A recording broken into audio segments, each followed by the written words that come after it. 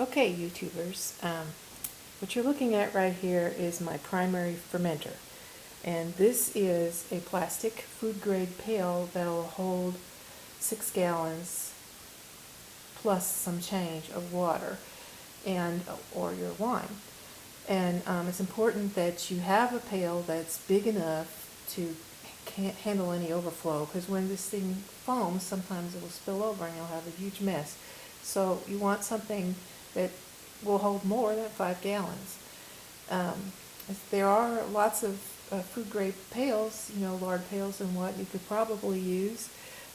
It's nice if you have one that has, a real fermenter pail that has like a little spigot down on the bottom here, which I don't have. This is just a plain bucket, but a spigot on the bottom is nice because you can drain off your wine more easily. Okay, well, what I've got done here is I put in a gallon of distilled water. I'm going to have to run to the store and get 4 more gallons. And it's in there, and I'm going to, I've already put in 1 gallon of forked elderberries, and I'm about to put in the next. And what I've done is I've taken that fermenter bag that I showed you, and I've spread it around the top of the fermenter pail so I can pour my berries in. But I'm not done yet, because I want to smash these berries up a little bit so that I can get a nice good juice and flavor and color out of here. So what I'm doing is I'm just using a plain old potato masher, and I'm just going to mush up the berries.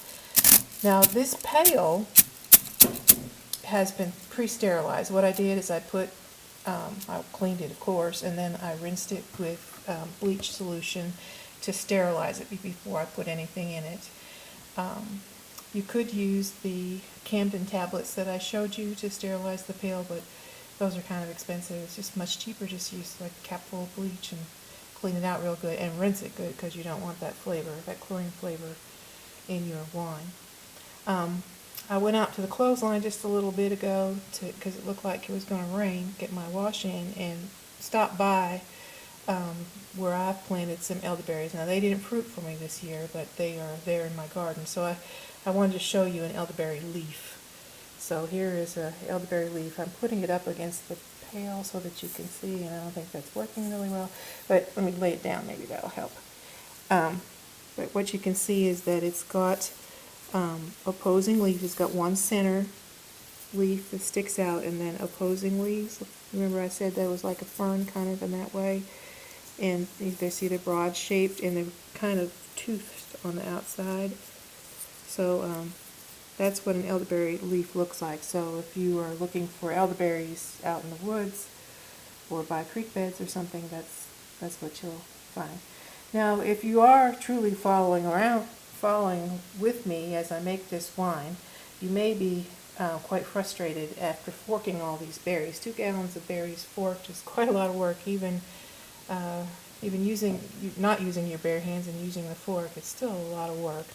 And so, to encourage you, I brought out last year's elderberry wine, and I just want to pour that out and show you what we've got, and just kind of let you know that this is going to be worth it, I promise. So here, to all the people that have been forking elderberries about ready to tear their hair out, this is for you. So you can see this wine, it really is a wonderful wine. It's, if I hold it up to the light where you can see better. It's nice, dark color. You see how clear it is?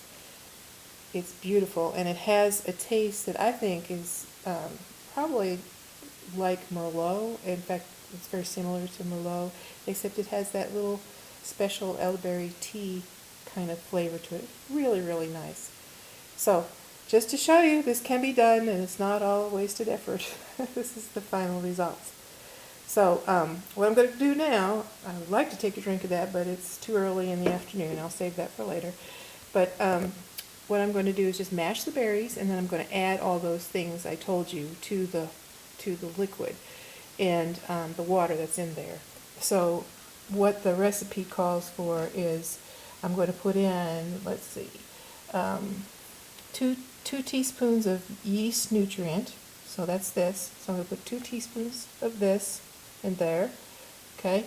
And I'm going to put 5 teaspoons of acid blend. This. 5 teaspoons of the acid blend. And I'm going to crush up 5 campden tablets to use as a sterilant to put in here. Now, it's really important that you do not put the yeast in at this point, okay? Because what that will do is the campden tablets will probably kill your yeast. I'm not for sure about that, but I think they tell you always to wait a day.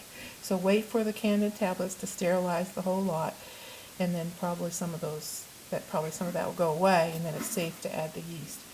So then and I've got the berries in, after I've mashed them, I'm going to start adding sugar. This recipe calls for kind of a lot of sugar. I think maybe too much sugar. Let's say 10, no, that can't be right.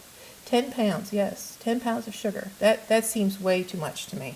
I'll probably start with 5 pounds, and I will then use the hydrometer to check to see what the sugar scale is. And that's a really neat tool.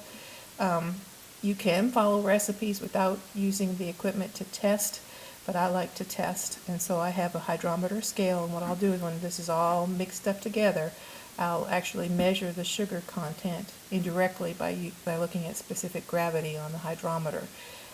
It's a floating scale, which I'll show you when I can find it.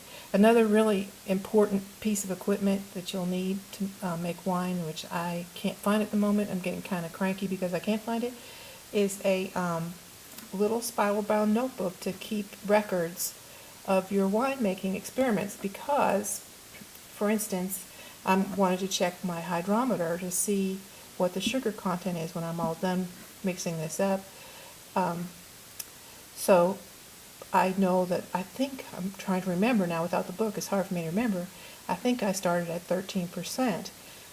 So I would like to repeat that and make it the same as it came out so well last time. So it's really nice to have a little spiral-bound book to keep record of the process.